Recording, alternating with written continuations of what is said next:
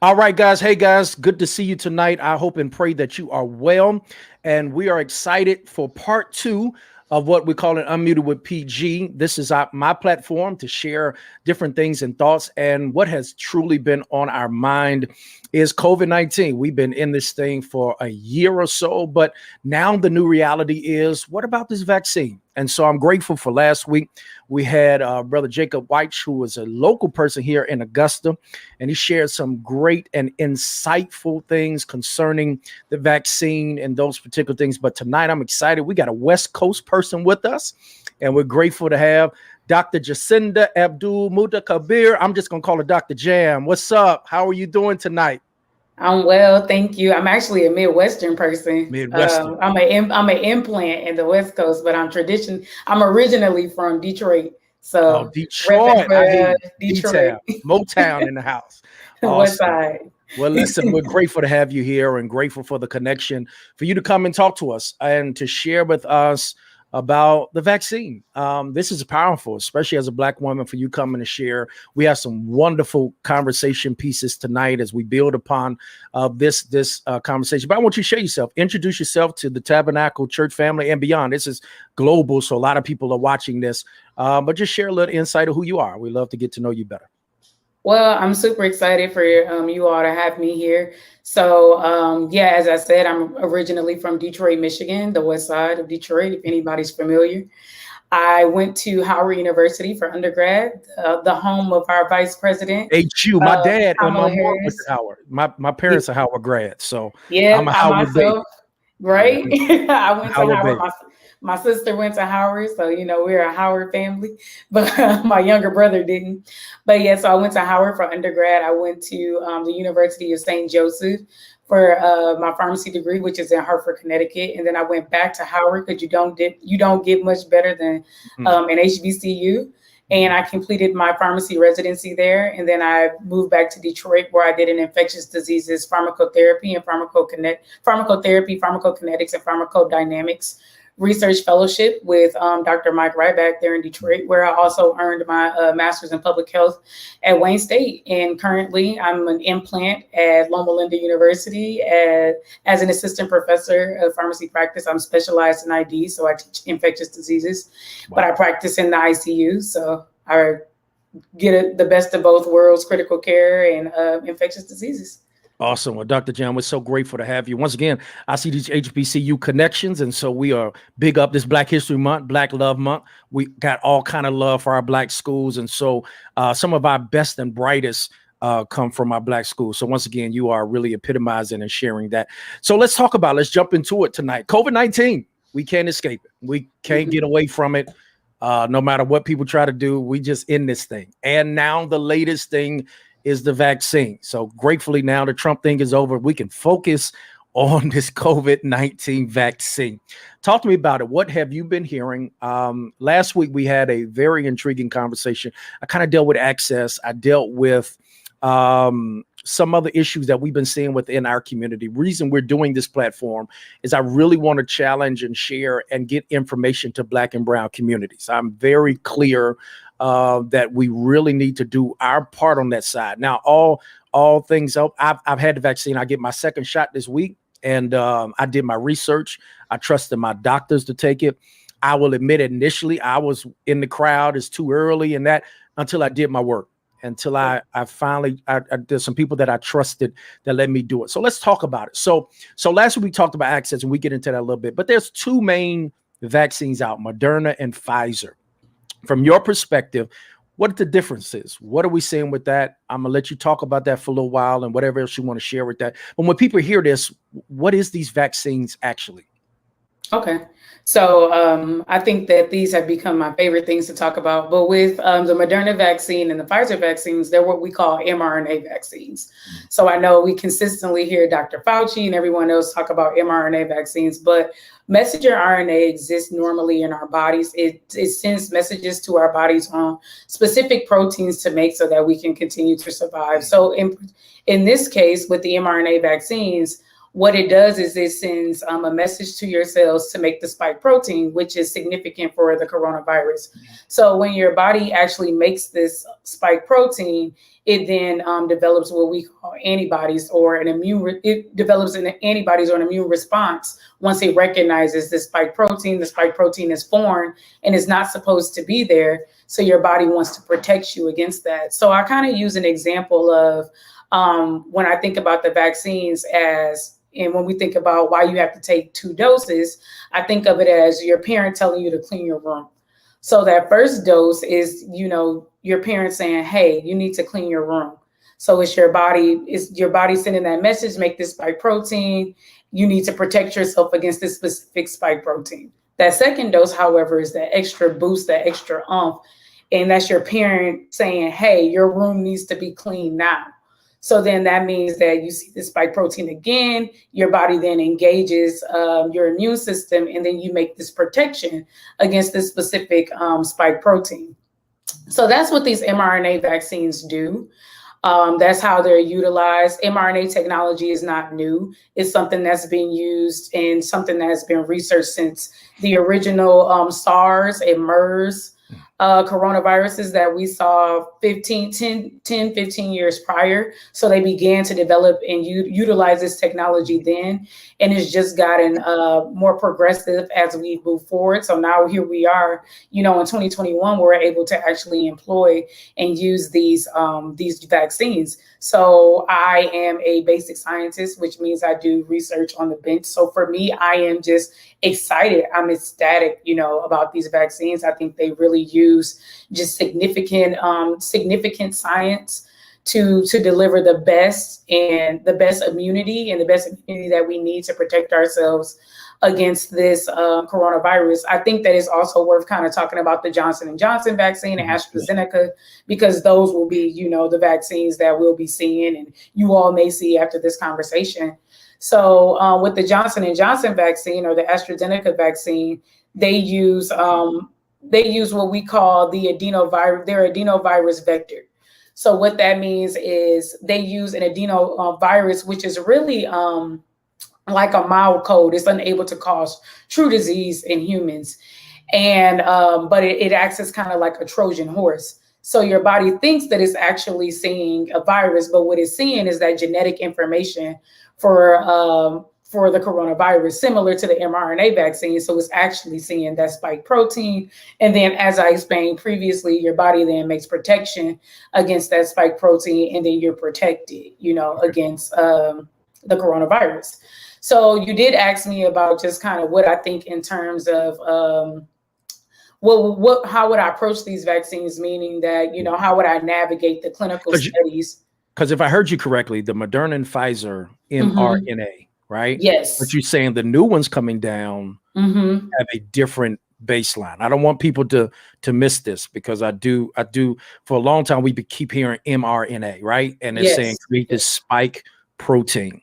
I don't want you to gloss over that, because I got a lot of Google people on this platform and folk that that got that janky doctorate degree. So as soon as they hear something different, they're gonna put a implant in our arm. This is meant to. They're gonna kill all the people. Share the difference, because I don't want that to gloss over. I know you deal with this every day, but I don't want people to gloss that over, because it is a different foundational. That's why it's only one shot for the Johnson & Johnson, right? Versus the 2 for the mRNA. Can you explain that just for those who are listening to get a little more clarity? Right. So really what governs the fact, so I'll talk about the mechanism, so how the vaccines work, and then I'll talk about why it is that we have 2 for Moderna and Pfizer, and why it is that we have 1 for Johnson & Johnson. So in terms of the actual how these vaccines work, like I said previously, Pfizer and Moderna are mRNA vaccines. So that means that when you get injected, it injects messenger RNA into your arm. Messenger RNA is very short lasting, meaning that it only stays away for about 2 to 3. It only stays there for about 2 to 3 days. Once that message is received by your cells to make that spike protein, your body never sees that messenger RNA ever again. It's in no way ever integrated into your DNA. It is very independent. It is very different from DNA. And that's how messenger RNA works. So, and then once you get that spike protein, your body then makes immunity against that spike protein, and then wham, bam, thank you, ma'am, you are protected. So with the adenovirus vaccines, or with Johnson and Johnson and AstraZeneca, what it uses is they call it a vector, or it's kind of like it uses an additional mechanism to deliver, that spike protein to you. So in essence, it's kind of similar to the mRNA vaccines, but this drug company say, hey, we have a different mechanism, or we have a different way that we want to deliver, this spike protein to the individual. As far as is it encoded into your DNA? Absolutely not. It's not encoded into your DNA at all. All it is it's using something that is not able to cause a true virus in humans, is using that to insert the specific genetic material that will tell your body to make this specific spike protein. So it's just using that to move into your cells. So there's different ways to do it. I'm sorry, I didn't mean to. Yeah, exactly. Absolutely. It's a different vehicle. It's almost like Moderna and Pfizer are driving this spike protein with a Honda Accord, and Johnson & Johnson is using an Acura, a Honda. Right? Okay. Yes, so it's absolutely. just the vehicle. It's just the vehicle, right? Okay. Yep. Okay, that's good. So it's like, mRNA is, so it's like mRNA vaccines, Moderna and Pfizer, those are your Audis. That's and right. Then, or, those will probably be your Porsches. And that's then I like Porsche. I like Porsche. The Johnson & Johnson is like your Audi. However, they both get you from point A to point B. Okay. So I think, that's a good way to think about that. Cool. So different companies are taking on different approaches, but they all are getting approved. For those who will say, all right, why is it one? Moderna and Pfizer was first, and now Johnson & Johnson, then Moderna and Pfizer's 2 shots, and Johnson & Johnson is 1. Why that difference? Not only is it a different vehicle, but you're saying I only had to get 1 shot with Johnson & Johnson, but Moderna and Pfizer 3 to 4 weeks.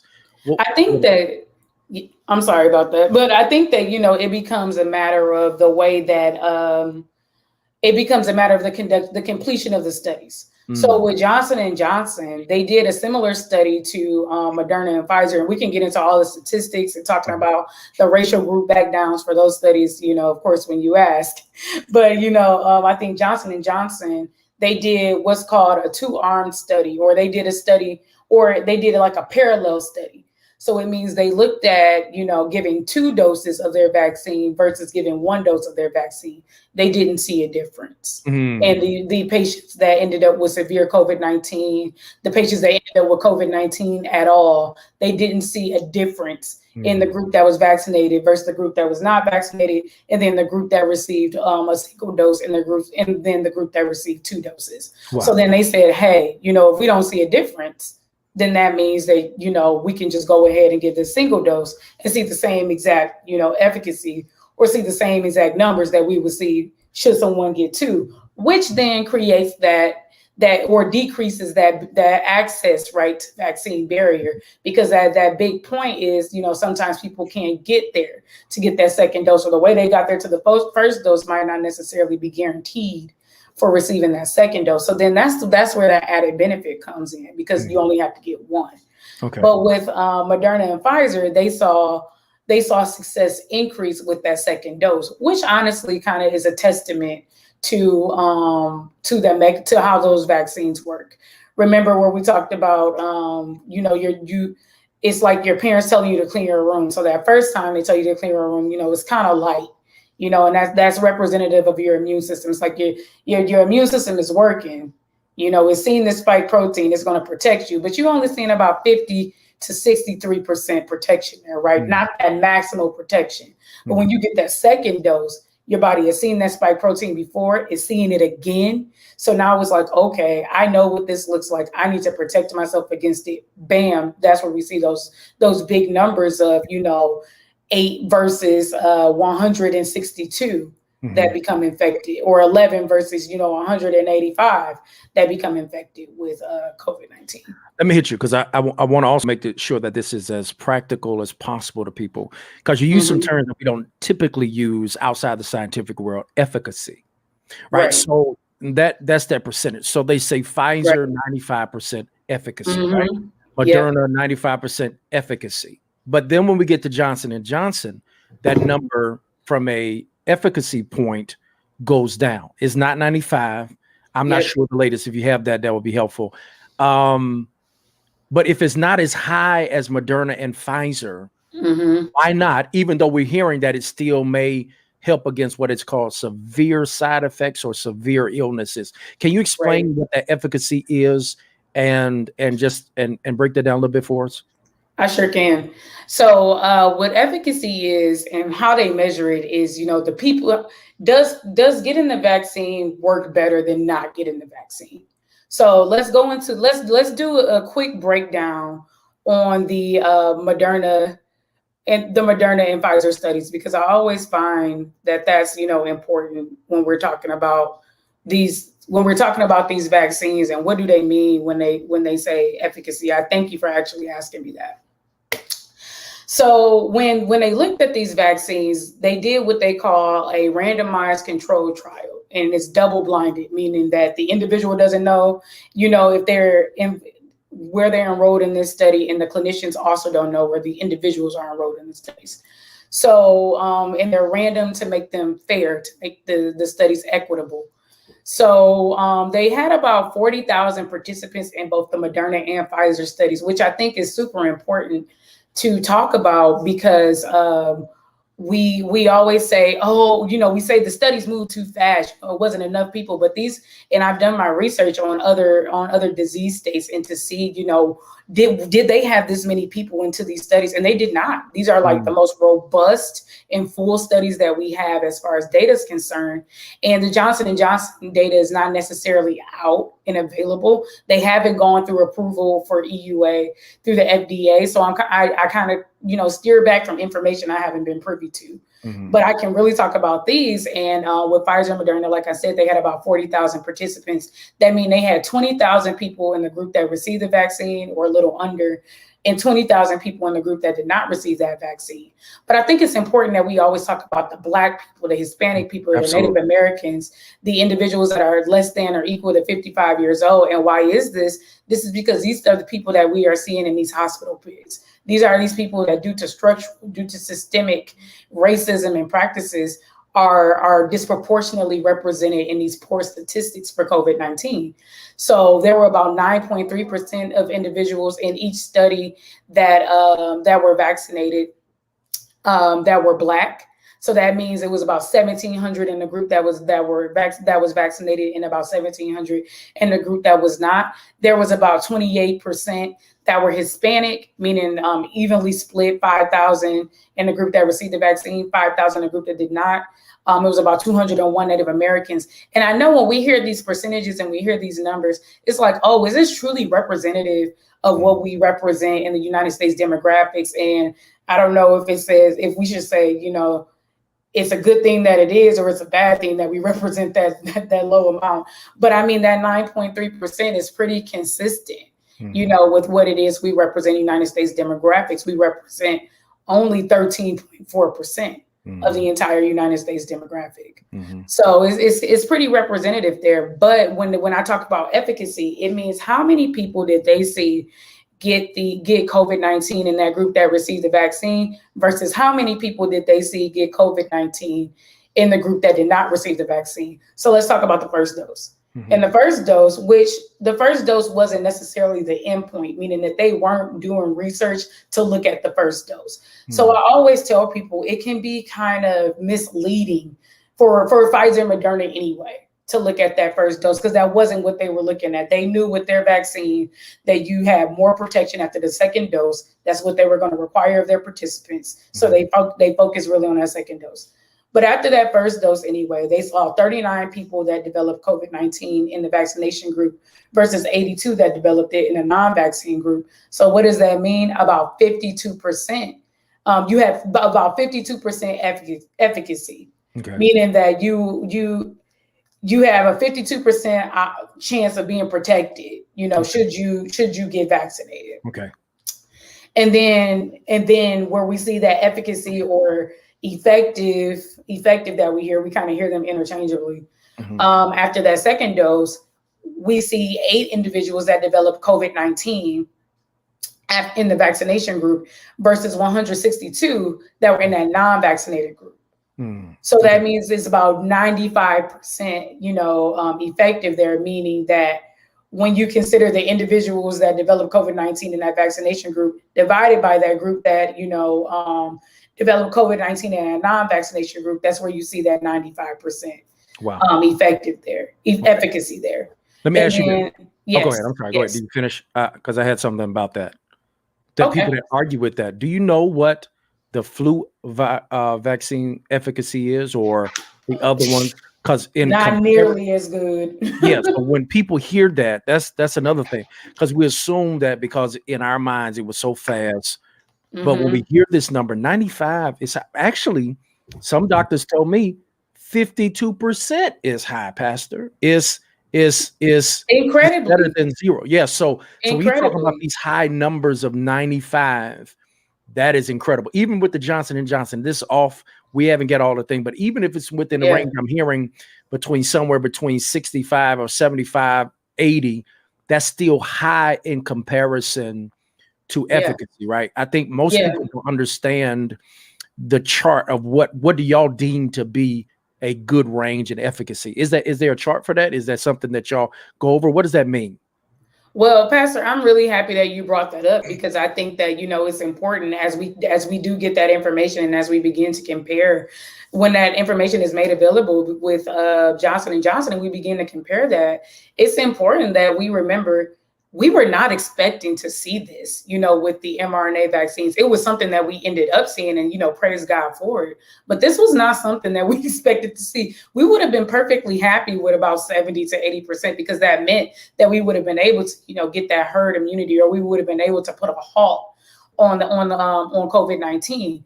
So I want to say that these mRNA vaccines, really, they fall second to like the MMR vaccine, measles, mumps, rubella, which we have had for decades, So, I mean, this is just, and when I explain how amazing this technology is, this is what I mean. The MMR vaccine is 98%, 98% efficacy with that vaccine. And we see 95 and 94 respectively with Pfizer and Moderna. That is spectacular. But even when we think about the flu vaccines, it's like 48%. But we still get the flu vaccine every single year. We promote getting the flu vaccine every single year. And why is that? Because if people are vaccinated, then that allows for us to have herd immunity, or that allows for us to have a decreased amount of individuals that actually do have the flu. So if we do need to hospitalize them, then that's possible because we have those beds available. Yeah. And, and that's really what it is with COVID-19, because, we see that cascade of events. We see, the respiratory depression and things that, have you end up in the ICU. But what we really see is that now you have all these people get it because nobody's protected against it. So then you see all these people get COVID-19. And then when you see all these people get COVID-19, they all end up in the hospital. So then when you see them all get it, we see them all end up in the hospital. Now you have no room in the hospital. Now you have to have that discussion of when do we take this person off the ventilator? So that's what we mean by, 52% would have been fine. 70% is fine because we have at least some type of protection. And in the event that individuals do get COVID-19, it's possible that we'll be able to adequately treat them. Yeah. Let me shift it this way, because I think you have really explained very well, in a well-versed way, about efficacy. I want to kind of shift to something that I think we're seeing now on the news that is oftentimes causing people to really not understand what the vaccine is or COVID-19 virus is. We're hearing about all these different variants, right? So variants from London, got a variant from South Africa, you got a variant from Compton. So all these variants, and people are probably confused. What does that mean when you hear COVID-19, the variants, and some people saying, well, is the vaccine going to be, protect you against these variants? First of all, let's talk about the variants and what that means and why, from a health perspective, y'all were not shocked. This is what viruses do. So talk to us a little bit about variants, and then we'll morph into what people are talking about with how that efficacy of the vaccines and what these variants might mean. Okay, so variants are exactly the way that they sound. They're differences in the viruses, meaning that the virus has mutated or the virus has changed in different areas, kind of making it harder for different antibodies to bind or different antibodies to be deployed for protection. So when we talk, that's what we mean when we talk about variants. So viruses are smart, and I think it's important to know that our bodies are smarter. So what does that mean? That means that our bodies are able to account for the potential that the virus may eventually change. So what does that mean? That means that our body makes different types of antibodies. So that it makes different types of protection that binds different areas of that spike protein. So just because we have a change in one area of that spike protein, and that's what these variants mean. That means that you had a change in one particular part of the spike protein. So now we identify this particular strain of COVID-19 as X instead of Y because it was a change here, and we have to make sure that we keep that change straight. So as I said, our bodies are smart. It makes different types of protection against different types of that spike protein. So while one protection may not work against one area of that spike protein, guess what? You still have 1,000 more that bind to different areas of that spike protein. So I think that's why we also, I'm not going to say knew that, the vaccines would stand up, but we predicted that the vaccines would still stand up. And that was because we know how our bodies work and that our bodies make different types of protection against different areas of the spike protein. So we knew that it would take a lot of differences, a lot of mutations, a lot of variables to really alter the way the vaccines work. But I think to put this even more into simplistic terms, what those variants mean is, or what those variables mean is, as to where, and I said you have different types of protection. So as to where you may have had, protection here, so a million antibodies or a million T cells and B cells, so different types of antibodies that can protect you. You now have a little less than 1 million. So let's say 700,000 or something of that sort. So while it may be less than what you originally started with, you still have enough to where you will be protected should you see COVID-19. I think that's important. So because the news media is taking this and running with it. And as soon as we hear a different variant, I mean, people are just like, oh man, that means my vaccine is not going to work, and I do think there is a lot, and I will say, I'm not trying to minimize our global pandemic, but there is some sensibilization that goes on through our news media outlets concerning the thing. But like you're saying, listen, these variants, we knew they were coming in. Matter of fact, we're continuing to always update this vaccine and work on, because give me a long-term idea. If we're talking about vaccine, I said that I have these conversations. I've been championing this piece for a while. I do think COVID-19 is not going anywhere. Okay. It's going. I think that what the health systems want, best case scenario, is they get us to the place where we have developed the herd immunity through vaccines and those things. And we could potentially have to have a shot, maybe another shot every 1 or 2 years, just like we would do with the flu and others. And that y'all would like to get COVID-19 into the place where it'll be something between the cold and the flu, that if you catch it, it's not going to stop things or stop the world again. Tell me if I'm right or wrong. Right. So essentially that is what we want to see. We want individuals to get vaccinated so that we can have what's called herd immunity. And I know that's a term that we hear often, but what does that mean? That means that enough of the population is now immune to, or has been vaccinated or has protection against COVID-19 to where where COVID-19 won't have the impact that it has right now on the community. Yeah. So that's essentially what we want to do when we're delivering these vaccines. But I think that it's really a twofold approach to where how do we kind of like cease fire with these variants? We cease fire by, we don't travel to other areas of the world or other areas of the country, because when you, and this is something I always say, when you leave, you don't go empty handed, right? And when you come back, you don't come back empty handed. So you can, whatever they have run it. And this is the same when we think about bacteria and when they talk about, this bacteria was resistant to X, Y, and Z and blah, blah, blah. When you go to different areas, they have different types of viruses. They have different types of bacteria that are specific to that area, to that region.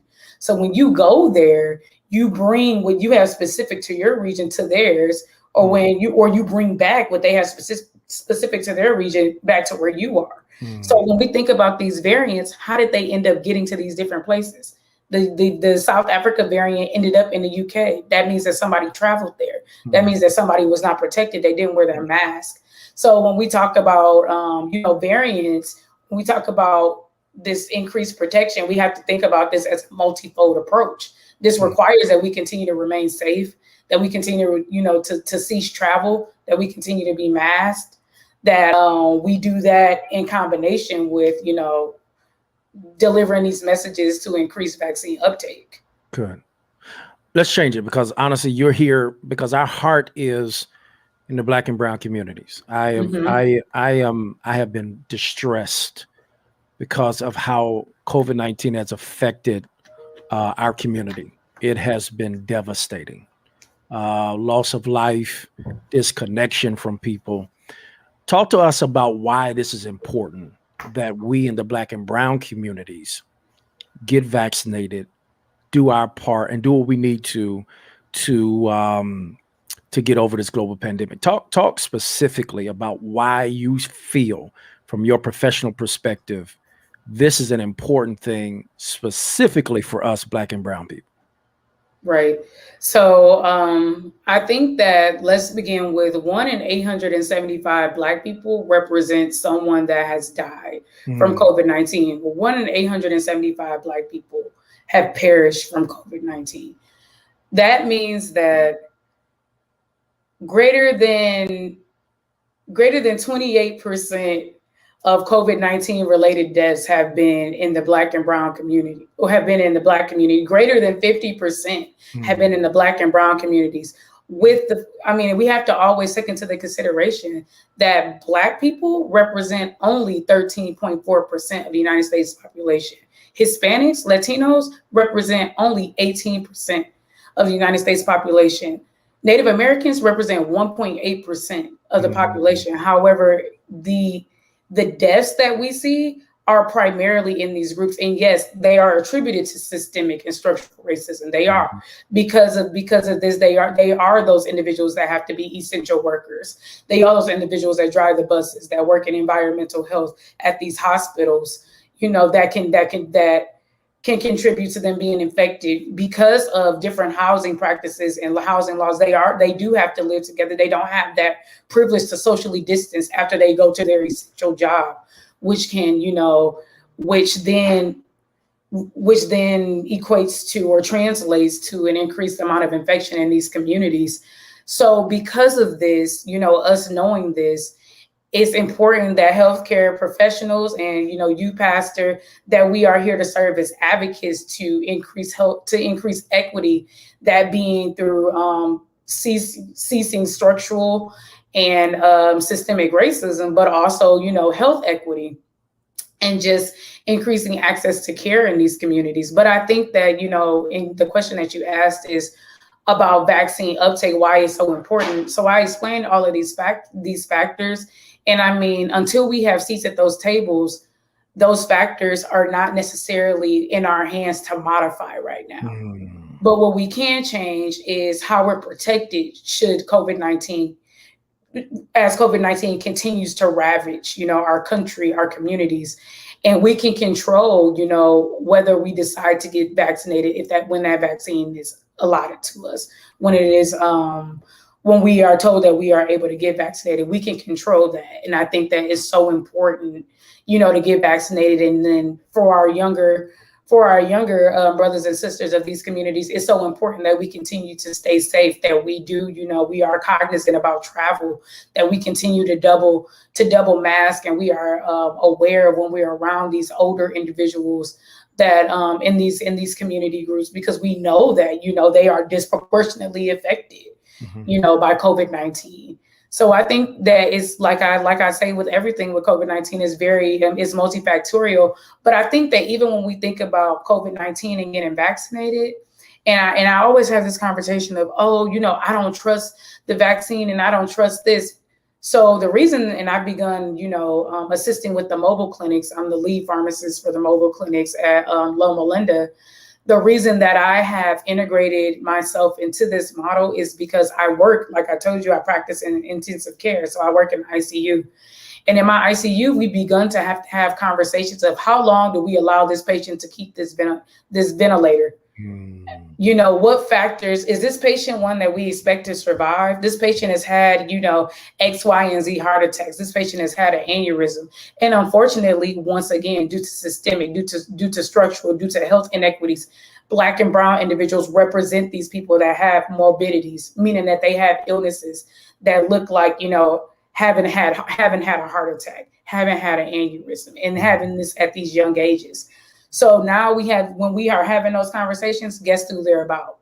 Our Black and brown, brothers and sisters. These are the individuals that, they are having to say, maybe this person doesn't need this vent. Let's pass this to someone else that's more likely to survive. Unfortunately, if, we keep having these amount of people become infected with COVID-19, these amount of people that don't get vaccinated, these are the conversations that we will inevitably have to continue to have. So that's why it's important. So what you're saying is either have more vaccinations or more ventilators.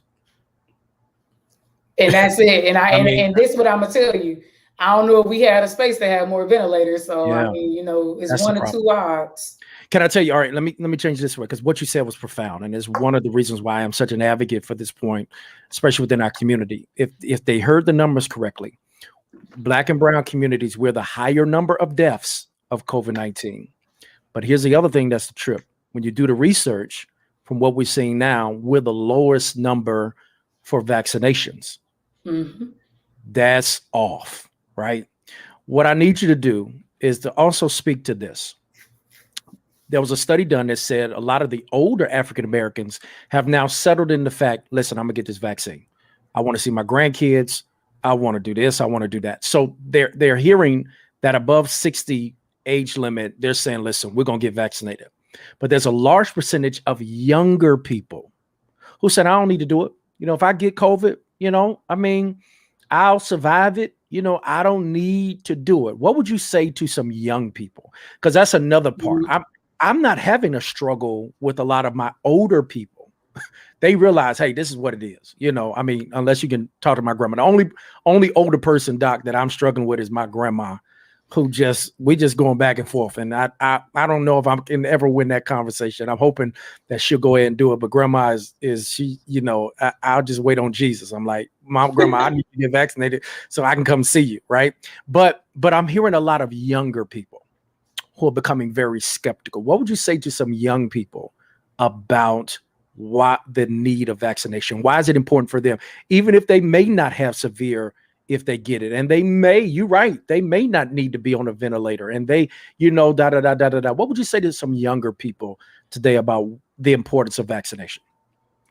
I think that, and this is one thing that, and I guess, I'm one of those people that fall in that younger person group.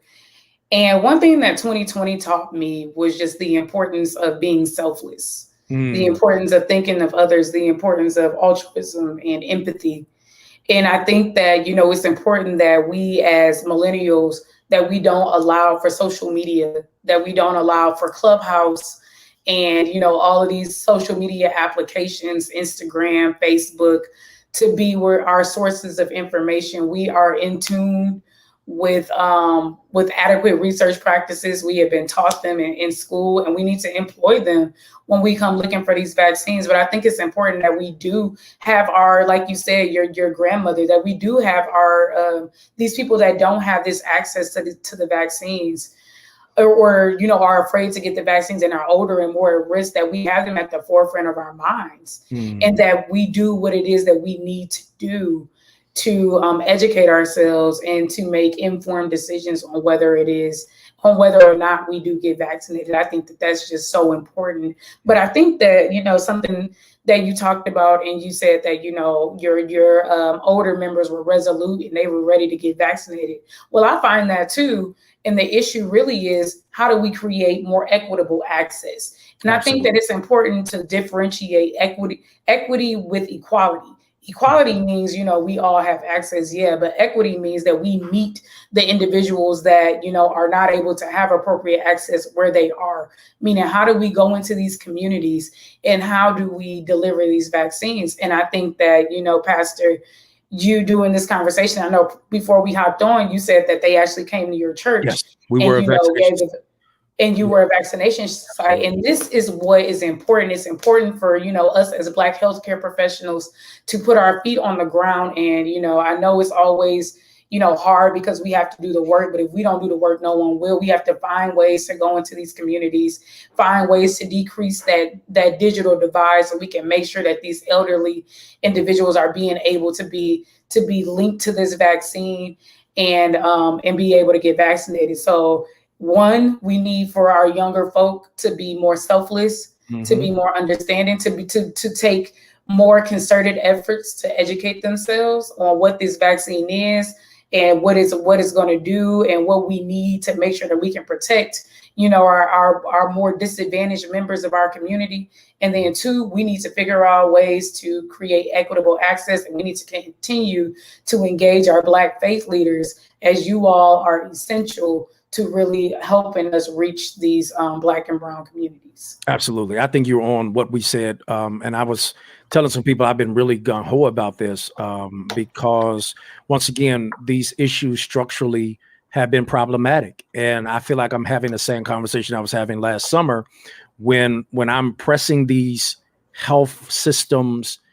Hey, guys, we didn't create this inequity, so we need you to go above and beyond, right? We need you to listen. All right, we know you may not. Our vaccination site is really dependent on how many doses they get, right? So if they get a shipment, then we can get set up. And I said, well, I need y'all to make sure that you have a right percentage for us that we ought to be thought of. If you're getting 100 some doses, then I need at least 40 of those, or 50. I would love 50. Hey, that's going in Black and brown communities. At least 20%. Yeah, at least we should be in. I agree. Equality is not what we're asking for. We need some equity in order to reach some of these, overcome some of these barriers. So I really see that being incredible. So I really appreciate that. You've been so generous with your time. Let me ask you one more question that I want you to just share what you can from a Black woman perspective, because I'm hearing that there's a lot of concerns about, all right, let's say I'm thinking about getting vaccinated. How would this affect me if I'm a woman? Let's say I'm pregnant. Should I still get vaccinated? Let's say I'm thinking about getting pregnant. Will vaccination stop me from conception? These are critical questions that I feel like Black women are asking, and they're not finding good places to get answers. So for those who are on this platform listening, what would you say to them? What are some things from a Black woman perspective that you would think, hey, here's some critical questions, but this is why vaccination is still safe in spite of some of the other things we hear about? So one thing that I like to always say is that I am an unpregnant, woman. I have never been pregnant. I don't foresee that in my future anytime soon. So I always like to make sure that I say that, because I come from the perspective of an unpregnant woman. So this is me talking to you with my doctorate degree lens. So with that being said, I think that it's important that we once again think about the fact that these are mRNA vaccines.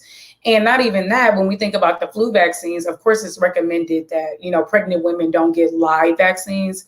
And live vaccines actually contain an alive piece of the virus.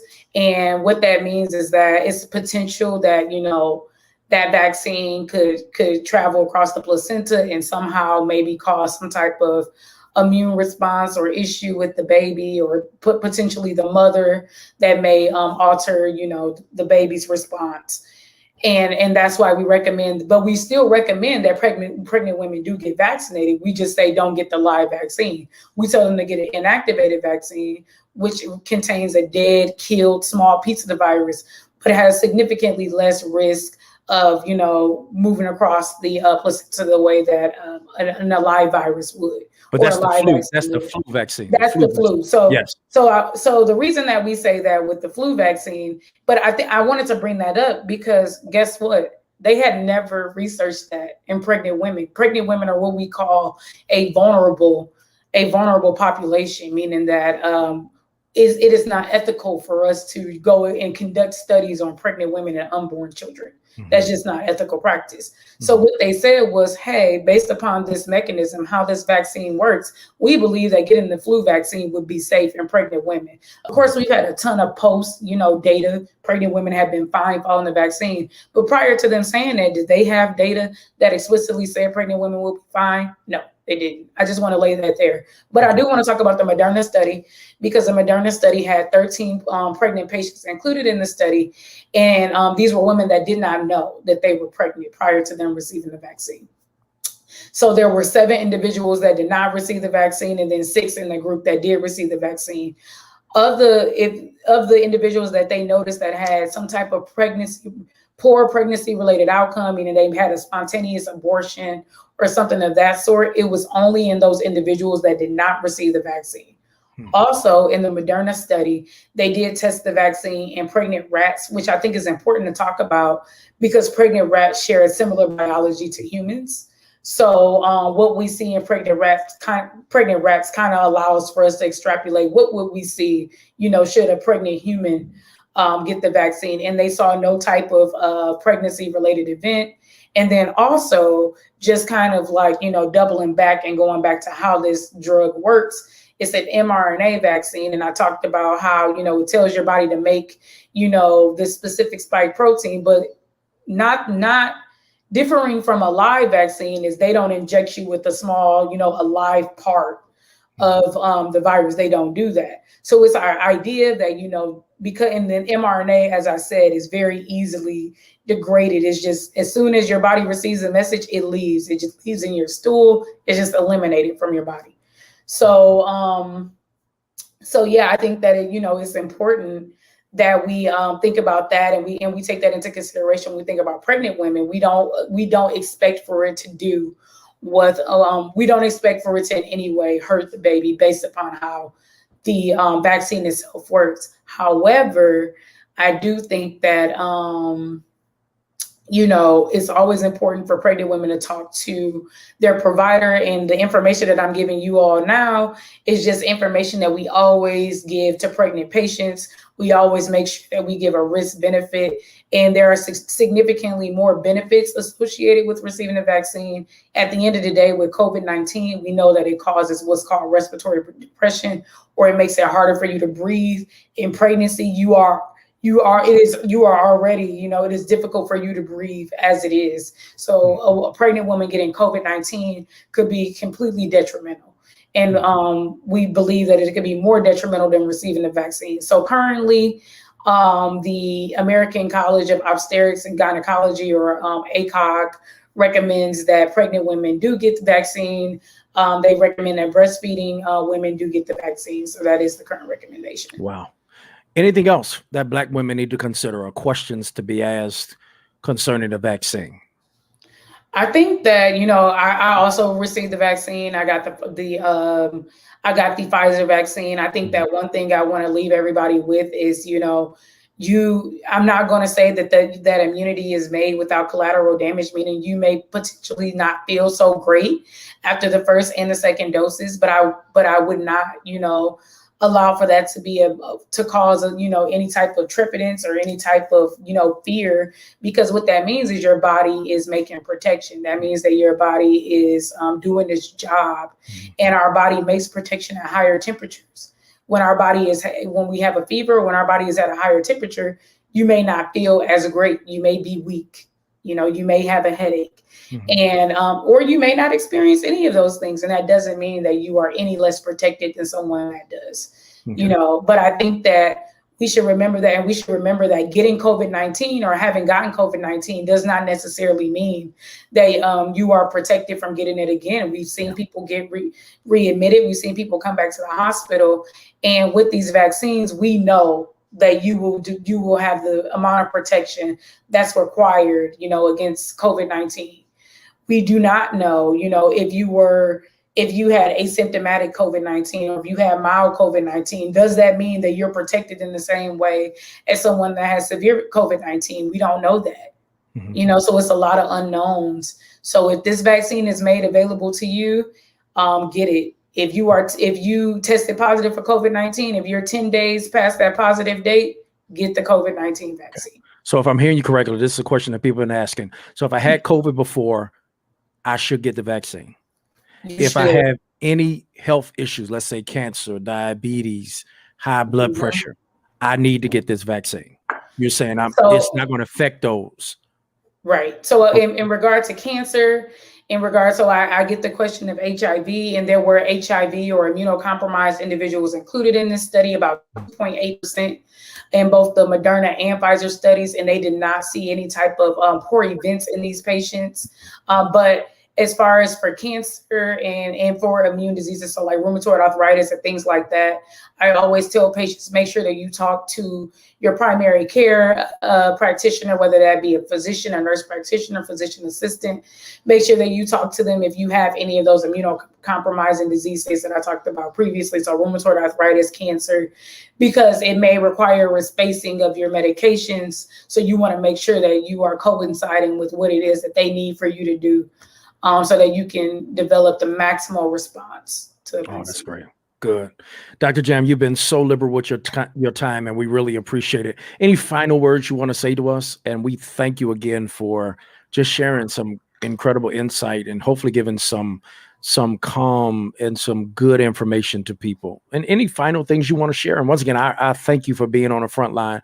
Next week, I'm interviewing a doctor, and I wanted to do that because I do think a lot of times we need to see our faces with this vaccine, because a lot of our hesitancy is, I'm not seeing somebody that I can connect with. That's why we've been really trying to be intentional about, hey, I want y'all to see someone that looks like you, that is advocating for it. That's why I'm excited for next week, as we have Dr. Mac Bowman's coming in, who's an incredible heart surgeon in our area, a member of our church, but his heart for it and understanding our communities is so significant. So I appreciate you. We thank you so much for that. Any final words you want to share to us, those who are listening? I just want to say once again, thank you for having me too. As I said previously, it's up to us, Black healthcare professionals, Black faith leaders, to really just engage in Black and brown healthcare professionals and Black and brown faith leaders to really engage our communities and promote education. So I thank you for having this educational opportunity to promote education, to increase uptake, but to also advocate and, really fight for equitable practices. We need these vaccines in our communities. We need our community to be protected. We need for that disproportion to no longer exist. And I just want to tell everybody, continue to mask up, continue to wash your hands, continue to socially distance, protect yourselves so we can protect others. And, I stand behind President Biden. Hopefully we can get those 100 million doses out, amen. So, and I thank you, Pastor, as a faith leader, for working hard to educate and deliver this information to your congregation. It's so important that we utilize our faith leaders, because you all are our root and our best mechanisms for delivering this information.